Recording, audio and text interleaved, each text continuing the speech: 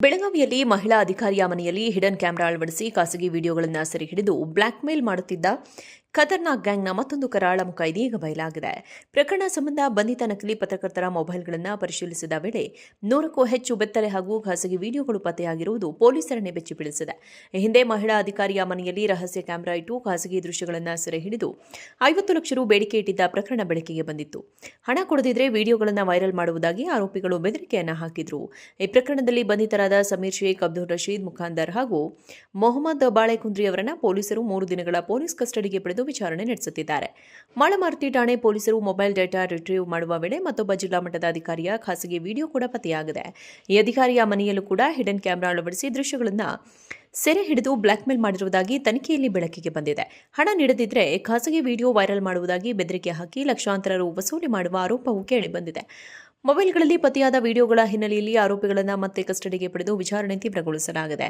Gang ಇನ್ನಷ್ಟು ಅಧಿಕಾರಿಗಳು ಅಥವಾ ಗಣ್ಯರನ್ನ ಟಾರ್ಗೆಟ್ ಮಾಡಿದ್ದಾರೆಯೇ ಎಂಬ ದಿಕ್ಕಿನಲ್ಲಿ ತನಿಖೆ ಮುಂದುವರೆದಿದೆ. ಬೆಳಗಾವಿಯಲ್ಲಿ ಮಹಿಳಾ ಅಧಿಕಾರಿಯ ಮನೆಯಲ್ಲಿ ಹಿಡನ್ ಕ್ಯಾಮೆರಾ ಅಳವಡಿಸಿ ಖಾಸಗಿ ವಿಡಿಯೋಗಳನ್ನು ಸೆರೆಹಿಡಿದು ಬ್ಲಾಕ್ಮೇಲ್ ಮಾಡುತ್ತಿದ್ದ ಖತರ್ನಾಕ್ ಗ್ಯಾಂಗ್ನ ಮತ್ತೊಂದು ಕರಾಳ ಮುಖ ಇದೀಗ ಬಯಲಾಗಿದೆ. ಪ್ರಕರಣ ಸಂಬಂಧ ಬಂಧಿತ ನಕಲಿ ಪತ್ರಕರ್ತರ ಮೊಬೈಲ್ಗಳನ್ನು ಪರಿಶೀಲಿಸಿದ ವೇಳೆ 100ಕ್ಕೂ ಹೆಚ್ಚು ಬೆತ್ತಲೆ ಹಾಗೂ ಖಾಸಗಿ ವಿಡಿಯೋಗಳು ಪತ್ತೆಯಾಗಿರುವುದು ಪೊಲೀಸರನ್ನೇ ಬೆಚ್ಚಿಬೀಳಿಸಿದೆ.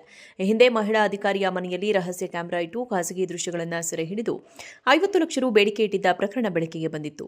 ಹಣ ಕೊಡದಿದ್ರೆ ವಿಡಿಯೋಗಳನ್ನು ವೈರಲ್ ಮಾಡುವುದಾಗಿ ಆರೋಪಿಗಳು ಬೆದರಿಕೆಯನ್ನು ಹಾಕಿದ್ರು.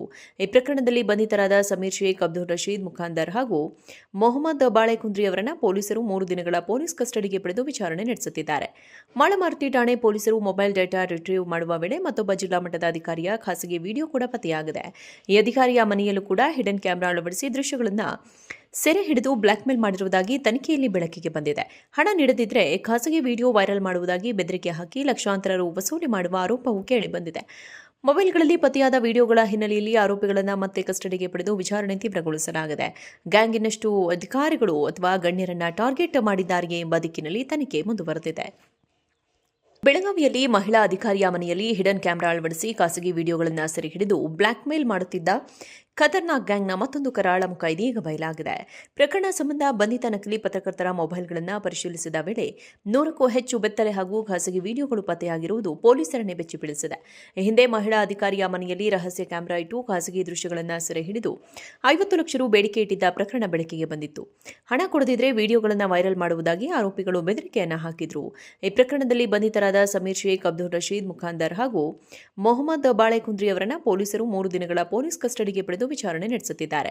ಮಾಳಮಾರುತಿ ಠಾಣೆ ಪೊಲೀಸರು ಮೊಬೈಲ್ ಡೇಟಾ ರಿಟ್ರೀವ್ ಮಾಡುವ ವೇಳೆ ಮತ್ತೊಬ್ಬ ಜಿಲ್ಲಾ ಮಟ್ಟದ ಅಧಿಕಾರಿಯ ಖಾಸಗಿ ವಿಡಿಯೋ ಕೂಡ ಪತ್ತೆಯಾಗಿದೆ. ಈ ಅಧಿಕಾರಿಯ ಮನೆಯಲ್ಲೂ ಕೂಡ ಹಿಡನ್ ಕ್ಯಾಮೆರಾ ಅಳವಡಿಸಿ ದೃಶ್ಯಗಳನ್ನು ಸೆರೆ ಹಿಡಿದು ಬ್ಲಾಕ್ಮೇಲ್ ಮಾಡಿರುವುದಾಗಿ ತನಿಖೆಯಲ್ಲಿ ಬೆಳಕಿಗೆ ಬಂದಿದೆ.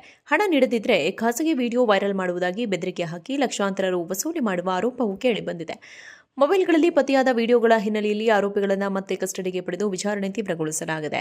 ಗ್ಯಾಂಗ್ ಇನ್ನಷ್ಟು ಅಧಿಕಾರಿಗಳು ಅಥವಾ ಗಣ್ಯರನ್ನ ಟಾರ್ಗೆಟ್ ಮಾಡಿದ್ದಾರೆಯೇ ಎಂಬ ದಿಕ್ಕಿನಲ್ಲಿ ತನಿಖೆ ಮುಂದುವರೆದಿದೆ.